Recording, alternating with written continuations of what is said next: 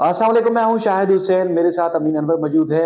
आज खास तौर पर वकार जका जो कि एक मारूफ टीवी होस्ट हैं, उनके खिलाफ एक खबर आई और कुछ हमने उसकी रिसर्च की। वकार जका का मौक़िफ़ भी सामने आया है। वो आपके सामने रखेंगे। अदालत ने उनके वारंट गिरफ्तारी जारी क्यों किए, उसकी तफसीलात आपके सामने रखनी है। और खास तौर पर ये इल्ज़ाम आयद किया जा रहा है कि क्रिप्टो करेंसी का एक बहुत बड़ा स्कैम है, जिसके मरकज़ी किरदार इनको करार दिया गया है। क्या तफसीलात हैं, क्या डिटेल है। और इसके अलावा सिंध हाई कोर्ट में वकार जका ने खुद एक दरखास्त जो दायर की थी कि क्रिप्टो करेंसी को रेगुलाइज किया जाए, वो केस अब भी पेंडिंग है और उस पर अब तक फैसला नहीं आ सका। लेकिन वकार जका मुल्क से बाहर है। अदालत ने कहा है कि वकार जका को गिरफ्तार करके 5 जनवरी को अदालत में पेश किया जाए। वकार जका मुल्क से बाहर है, लेकिन केस क्या है, इल्जामात क्या है, उसकी तफसीलात और वकार जका का अदालत की तरफ से वारंट गिरफ्तारी जारी होने के बाद जो मौक़िफ़ आया है, वो उनका ऑडियो भी आपको सुनाएंगे। तो अमीन, आपका बहुत शुक्रिया, आपने कीमती वक्त दिया। मेरे साथ आप मौजूद हैं। अच्छा, ये बताइएगा कि व्यूअर्स जानना चाहते हैं कि वकार जका के खिलाफ अखबारात में कुछ खबरें शाये हुई, शायद टीवी चैनल्स पे भी चली।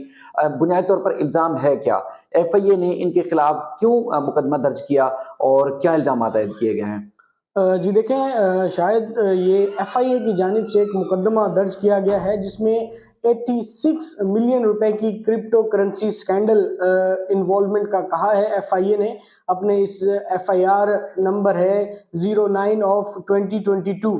ये एफआईआर नंबर है, एफआईए साइबर क्राइम सेल की ये एफआईआर है, जिसमें जुडिशियल मजिस्ट्रेट शर्की मुकेश कुमार साहब ने जो है वो वकार जका को पेश ना होने पर उनके नाकाबिले ज़मानत वारंट गिरफ्तारी जारी किए हैं।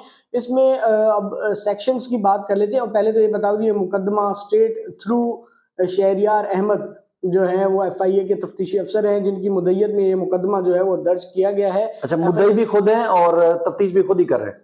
बिल्कुल। जबरदस्त। यही कहा गया है कि ये मुकदमा जो है वो दर्ज किया गया है उनकी मुद्दत में। वो उन्होंने कहा है कि ये सोर्स रिपोर्ट जो है वो हमें रिसीव हुई थी फाइनेंशियल मॉनिटरिंग यूनिट को वकार जका के खिलाफ, जिसकी जो है वो बाकायदा तौर पर इंक्वायरी की गई है। और ये मालूम हुआ है कि इनके जो अकाउंट्स में जो है वो 86 मिलियन रुपए की जो है वो ट्रांजैक्शन हुई है। और ये रकम जो है वो फॉरेन रेमिटेंस की सूरत में जो है वो आई है इन अकाउंट्स में। और इनके फैमिली के मुख्तलिफ अफराद की जो है वो अकाउंट से ये रकम जो है वो विड्रॉ की गई है। ये कहना है एफआईए का। अपने ये जो एफआईआर है उसमें इन्होंने कहा है। और इसके अलावा मजीद चीज़ें भी इसमें कही गई हैं कि सोशल मीडिया पर कई वीडियोस अपलोड की गई हैं क्रिप्टो करेंसी के हवाले से। और वकार जका की ये वीडियो सोशल मीडिया पर भी मौजूद है। Multiple news blogs videos were found on public database which involvement of accused वकार जका into cryptocurrency virtual assets allegedly the agency। ये कहा है एफआईए ने, जो इल्ज़ामात लगाए हैं अपनी इस एफआईआर में उन्होंने। और इसमें उन्होंने कहा है कि गुज़िश्ता 3 सालों के दौरान वकार जका के अकाउंट्स में 86.1 मिलियन की जो है वो ट्रांजैक्शन हुई है। और लिहाजा ये सोशल मीडिया, आपको पता है कि सेलिब्रिटी हैं, जबकि 86 मिलियन रुपए की जो क्रिप्टो करेंसी स्कैंडल में अब बाकायदा तौर पे अदालत ने इनके नाकाबिले ज़मानत वारंट गिरफ्तारी जारी कर दिए हैं। और अब देखते हैं कि एफआईए वकार जका की गिरफ्तारी के लिए क्या इकदाम करती है। और अगर वकार जका की जानिब से वो आके ज़मानत नहीं कराते हैं, तो फिर एफआईए वाले जो कानूनी रास्ता है, हो सकता है कि ईसीएल में उनका नाम शामिल करें या फिर इंटरपोल से भी राब्ता करें, या उनके जो पासपोर्ट्स और एनआईसी ब्लॉक की तरफ भी मामला जा सकता है। जब 87-88 की कार्रवाई की तरफ मामला जाता है, तो फिर उसमें ये दोनों सूरतें होती हैं कि अखबार में इश्तिहार शाया कराया जाता है 87 की कार्रवाई के तहत, सीआरपीसी की जो कार्रवाई होती है। उसके बाद 88 की कार्रवाई होती है, जिसमें जो मुल्ज़िम होते हैं उसकी जायदाद से मुतालिक जो तफसीलात हैं वो जो है वो ली जाती हैं। और उसके बाद इन तमाम जो प्रॉपर्टी होती है उसे अटैच किया जाता है। और अब अगर वकार जका पेश होते हैं तो उन्हें प्रोटेक्टिव बेल करानी पड़ेगी। और उसके बाद जो है वो ट्रायल कोर्ट में सरेंडर करेंगे, जो भी अदालत टाइम देगी। और एफआईए की जानिब से जो है वो अदालत में रिपोर्ट जमा करा दी गई है। और अच्छा, एक चीज़ और फरमाइएगा कि जैसे वकार ज़का का इस पे मौक़िफ़ आ गया है, हम अपने नाज़रीन तक पहुँचाएँगे। कि उनके ऊपर तो इब्तदा में मनी लॉन्ड्रिंग का भी इल्ज़ाम आयद किया गया था। अब क्या मनी लॉन्ड्रिंग के जो इल्ज़ामात हैं, जो एफआईआर जनवरी में जैसा आप बता रहे थे कि दायर हुई थी, उसके बाद फिर चालान पेश हुआ। चालान में मनी लॉन्ड्रिंग की सेक्शन निकालने के बाद क्रिप्टो करेंसी का एक स्कैंडल बना दिया गया और उसके बाद फिर इसी तरह करोड़ों रुपए की उनके ऊपर इल्ज़ामात आयद कर दिए गए। अब उनका तो कहना है कि उनके ऊपर इस किस्म के इल्ज़ामात ही नहीं है, यानी कि जब इंक्वायरी कंडक्ट हुई थी तो उसमें खुद बाकायदा तौर पर पेश हुए और उसके बाद फिर सारी क्लियरेंस या क्लेरिफिकेशन देने के बावजूद उनके खिलाफ जो है मुकदमा दर्ज कर दिया गया। मुकदमा दर्ज करने के बाद चालान भी पेश किया। तो अब जो क्रिप्टो करेंसी है, अभी फिर वक्त सिंध हाई कोर्ट में मुकदमा पेंडिंग है जस्टिस के आगा साहब की कोर्ट में, और वकार ज़का खुद भी दलाइल देते रहे और अदालत उनके मौक़िफ़ से मुतमईन हुई थी। उसके बाद फिर आपने देखा होगा कि ना सिर्फ स्टेट बैंक बल्कि जो दीगर क्रिप्टो करेंसी को रेगुलाइज़ करने के हवाले से कानून साज़ी करने वाले जो इदारे हैं, वफाकी इदारे, उनसे भी रिपोर्ट तलब की थी। लेकिन उसके बाद फिर ऐसा-ऐसा ज्यों-ज्यों वक्त गुज़रता गया और वकार ज़का के खिलाफ जो है एफआईए ने मुबैना तौर पर इंक्वायरी शुरू की। वो खुद पेश होना छोड़ दिया उन्होंने और वकील के ज़रिए वो उनका केस जो है अब भी ज़ेर समाअत है। लेकिन मामला मनी लॉन्ड्रिंग से क्रिप्टो करेंसी स्कैंडल पे क्यों आया? ये थोड़ा-सा अगर नाज़रीन को क्लियर कर दें कि मनी लॉन्ड्रिंग का जो इल्ज़ाम था, महज़ एक झूठा इल्ज़ाम था और अब क्रिप्टो करेंसी के ऊपर इल्ज़ाम आ गया। देखिए, शायद एफआईआर में जो सेक्शन लगाई गई हैं उसमें पीका की जो सेक्शन है 11, उसके अलावा 13, 14, 20 है, रेड विद 406 है, 420 है और इसके अलावा पीपीसी की सेक्शन है और आमला की जो आमला जो है एंटी मनी लॉन्ड्रिंग जो है वो उसकी भी सेक्शन 3 और सब सेक्शन 4 जो है वो इसमें शामिल है। ये कहा गया है एफआईए की जानिब से।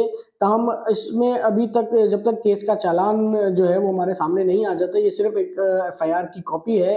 और कोर्ट की कार्रवाई जो हुई है। जी, जो कोर्ट की कार्रवाई हुई है, उसके मुताबिक हम ये बात कर रहे हैं। जैसे-जैसे मज़ीद डिटेल आएगी तो उसमें चीज़ें वाज़ेह होंगी कि वकार ज़का के खिलाफ एफआईए ने जो इंक्वायरी की है, उसके बाद जो इंटरिम चालान जो है वो सबमिट किया गया है, उसमें क्या एविडेंस सामने आए हैं उनके खिलाफ और क्या-क्या कौन-कौन गवाह हैं उस केस में और किस-किस को शामिल तफ्तीश किया गया है, आया वकार ज़का का स्टेटमेंट लिया गया है या नहीं लिया गया। ये तमाम चीज़ें उसके बाद वाज़ेह होंगी और एंटी मनी लॉन्ड्रिंग की जो सेक्शंस हैं वो क्यों नहीं लगाई गई, ये भी इन्वेस्टिगेशन की रिपोर्ट जब हमारे सामने आएगी, जो चालान जब हमारे सामने आएगा तो उसके बाद बहुत सारी चीज़ें वाज़ेह हो जाएँगी और अदालत ने एफआईए की जिस चालान पे कॉग्निजेंस लिया है, उसमें क्या शवाहिद को सामने रखा गया है अदालत की जानिब से, ये भी देखना होगा।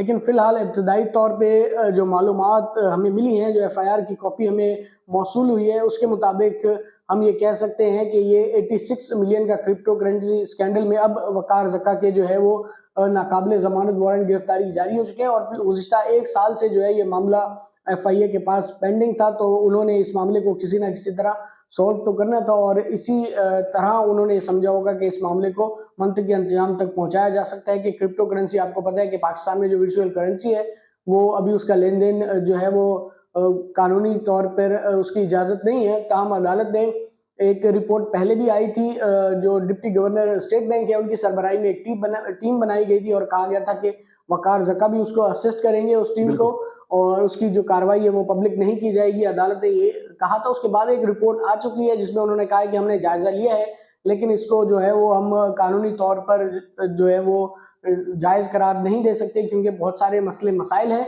तो अदालत ने उन्हें कहा था कि एक मरतबा फिर इन तमाम जायज़ा लें, कानून साज़ी करें। और उसके बाद 3 महीने के बाद वो दोबारा रिपोर्ट जो है वो अदालत में जमा कराई जाएगी। मेरा ख़्याल में जनवरी की जो है वो डेट सामने आई थी, जनवरी 2023 की, कि उसमें जब एक मर्तबा दोबारा जो उस कमेटी की मेंबर थी डिप्टी गवर्नर स्टेट बैंक, उनकी जानिब से रिपोर्ट एकदम दोबारा अदालत के सामने आएगी तो पता चलेगा कि आया इस पे कोई कानून साज़ी की जा रही है या इसको रेगुलराइज़ करने के लिए हुकूमत कोई इक़दामात कर रही है या नहीं। फ़िलहाल जो मालूमात हमारे पास थी वो हमने आपके सामने रखी हैं। चलें, आपका अमीन बहुत शुक्रिया। ये मैं वकार ज़का का वारंट गिरफ्तारी जारी होने के बाद जो उनका स्टेटमेंट आया है, मैं चाहता हूँ कि मैं अपने अल्फाज के बजाय उनकी ही जो है वो आपको स्टेटमेंट सुनाऊँ तो आपको खुद अंदाज़ा हो जाएगा कि केस किस तरह भोंडा किस्म का बनाया गया है। यकीनी तौर पर वकार ज़का जब पेश होंगे तो अदालत में ही उनको शवाहिद अपनी बेगुनाही साबित करने के लिए पेश करने पड़ेंगे और एफआईए समझती है कि वाकई इन्होंने जुर्म किया है तो एफआईए को भी अदालत में ही अब शवाहिद पेश करना होंगे, क्योंकि केस अब अदालत में आ चुका है। तो वकार ज़का का आप स्टेटमेंट सुने, यकीनी तौर पर आपको आवाज़ से अंदाज़ा हो जाएगा कि वकार ज़का खुद क्या कह रहे हैं। कोर्ट के ऑर्डर के ये 2 पेजेस जो हैं, इनको पता नहीं क्यों कंसीडर नहीं किया न्यूज़ ने, इसको ज़रा पढ़िएगा। इसके अंदर किस्सा ये था कि इमरान खान के अगेंस्ट जब बोलते थे हम लोग काफ़ी ज़्यादा कि क्रिप्टो को लीगल करो, पेमेंट गेटवे जो है हमें चाहिए, और कोर्ट में केस भी किया हुआ था। उसके ऊपर जो है एफआईए साइबर क्राइम ने मुझे बुलाया इंक्वायरी के लिए। मैंने पहले एक रिस्ट्रेनिंग ऑर्डर ले लिया इकबाल कलोरो साहब की कोर्ट से, और उस रिस्ट्रेनिंग ऑर्डर पे ये हुआ कि जो इंक्वायरी थी, उस इंक्वायरी का मैं हिस्सा बना, सारी चीज़ों के जवाब दिए। उन्होंने कहा भई अब बाकायदा वहाँ बैठ के मुझे वो बोलते हैं, स्टेट का केस मत बोला करो, ऐसे मत किया करो, उसमें कोई क्रिप्टो की ऐसी बात ही नहीं थी। अच्छा, मैं जब वो हो गई इंक्वायरी, तो मैंने कहा ठीक है, खत्म हो गई इंक्वायरी। फिर मैं इनके ऑफिस के बाहर गया, मैं जब अमेरिका मुझे स्टैनफोर्ड यूनिवर्सिटी के लिए निकलना था, और मैंने आके प्रॉपर वीडियो बनाई। मैंने कहा बाद में मत बोलना कि एफआईआर काट दी, वकार का भाग गया, ये हो गया, और पहले वीडियो बनाई और वीडियो मैंने सेव कर ली।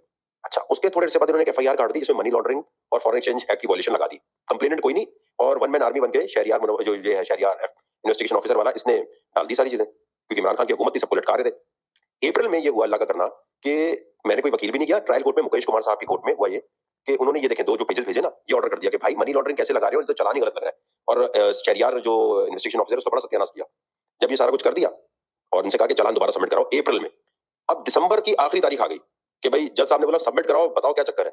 तो अप्रैल से लेकर दिसंबर जब हो गई, तो दिसंबर की 8-9 तारीख को उन्होंने जब कुछ समझ नहीं आया, तो उन्होंने कहा जी मनी लॉन्ड्रिंग तो नहीं करता, वो तो नहीं करता, लेकिन ये स्टेट के अगेंस्ट बोलता है, और फाइनेंशियल मॉनिटरिंग यूनिट ने कंप्लेन की है कि इसके अकाउंट में 8-9 करोड़ रुपया बैंकिंग चैनल के थ्रू, रेमिटेंस के थ्रू आया है।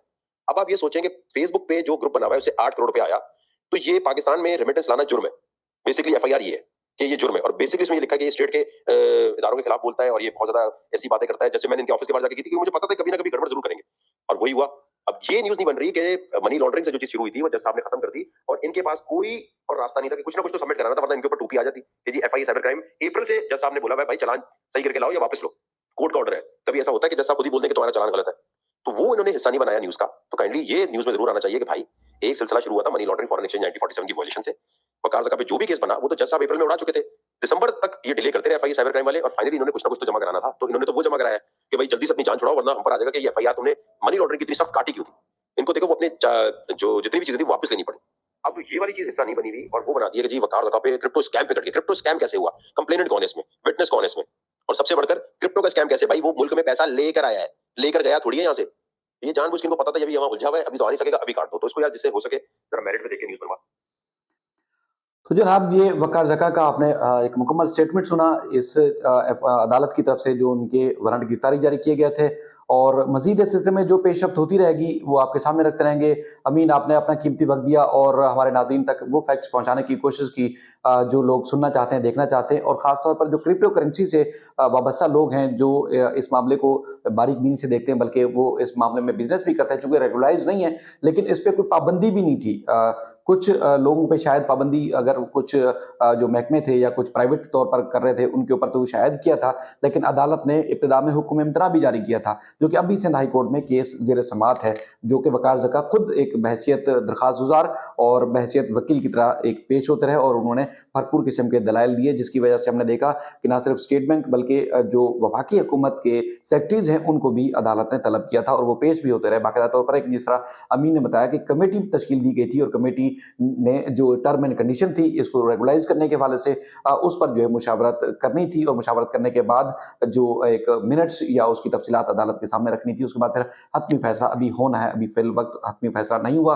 वकार ज़का मुल्क से बाहर हैं, जैसे ही आएंगे तो जिस तरह अमीन ने बताया आपको कि पहले उनको अबूरी जमानत हासिल करनी पड़ेगी या हिफाजी जमानत, उसके बाद फिर ट्रायल कोर्ट में पेश होना पड़ेगा, उसके बाद फिर ये ट्रायल तो चलता रहेगा, लेकिन मामला ये ख़त्म नहीं हुआ, यानी कि कोई शवाहिद या सबूत इस किस्म के अब तक सामने नहीं है जिसका आप कह सकें कि वकार ज़का फंस गए, बल्कि एक और मामला क्रिप्टो करेंसी के हवाले से मजीद खुल के सामने आएगा, ताकि इसको रेगुलाइज करना है या नहीं करना हुकूमत अपना हतमी जवाब जमा कराएगी। अपना ख्याल रखिएगा। अल्लाह हाफिज़।